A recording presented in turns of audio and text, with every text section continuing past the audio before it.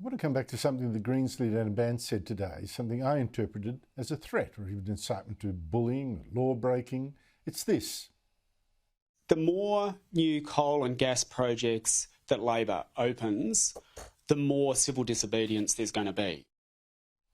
Now, Bandt might argue, no, it was just predicting, not recommending, but I can't recall him ever condemning what he's talking about. A green extremist blocking roads and holding up people going about the business, global warming extremists also attacking artworks, or green extremists forcing an office of a gas company to evacuate with stink flares. I didn't hear Bandt even criticise the global warming extremists who got the ABC to film a dawn protest at the home of gas executive Meg O'Neill.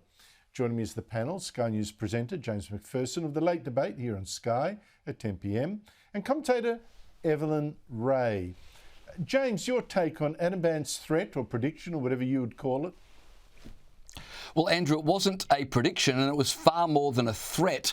This was a rallying call to activists. Last night, Adam Bandt addressed a group of activists in Melbourne, and according to The Guardian, he told them they need to, quote unquote, get in behind activist protest groups like Extinction Rebellion, who we've seen cause havoc around the world. He told them they need to embrace civil obedience and fight back because it was their moral duty. He not only did that, he went further and he invited people at that gathering to join him blockading the Newcastle coal port in November. He further went on and said that when people climb coal bridges or stage sit-ins in the offices of mining giants like Woodside, if you can't participate, you should at least celebrate what they're doing and feel the joy. This is very worrying because Adam Bandt is not some fringe radical. He's a member of federal parliament, but more than that, he's the leader of a political party encouraging people to disrupt economic activity, to trespass onto private property, and to harass and impede their fellow Australians as they try to go about work.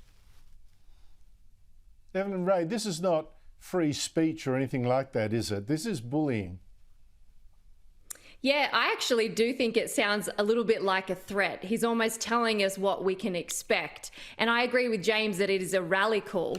But I'm curious as to whether these environmental protesters are going to be met with the same force that anti-lockdown protesters felt just a couple of years ago. I doubt it. And unfortunately, if that's the case, well, when law enforcement won't act, regular citizens tend to take things into their own hands. But what I'd like to know is, what do they actually think they are going to be achieving by doing this? I mean, ask yourself this question. When was the last time you were politically swayed because some leftist vegan with a degree in the gender fluidity of dolphins blocked traffic or vandalised public property? I mean, whatever they dish out, all they're doing is ensuring that they become a greater stench to the public than they already are. Yes, but they do manage to stop people from speaking publicly. I've had events cancelled because I was going to be there and the threats were too much for the organisers. So, you know, the threats do manage to stifle debate. It shouldn't be like that, but I'm afraid it is like that.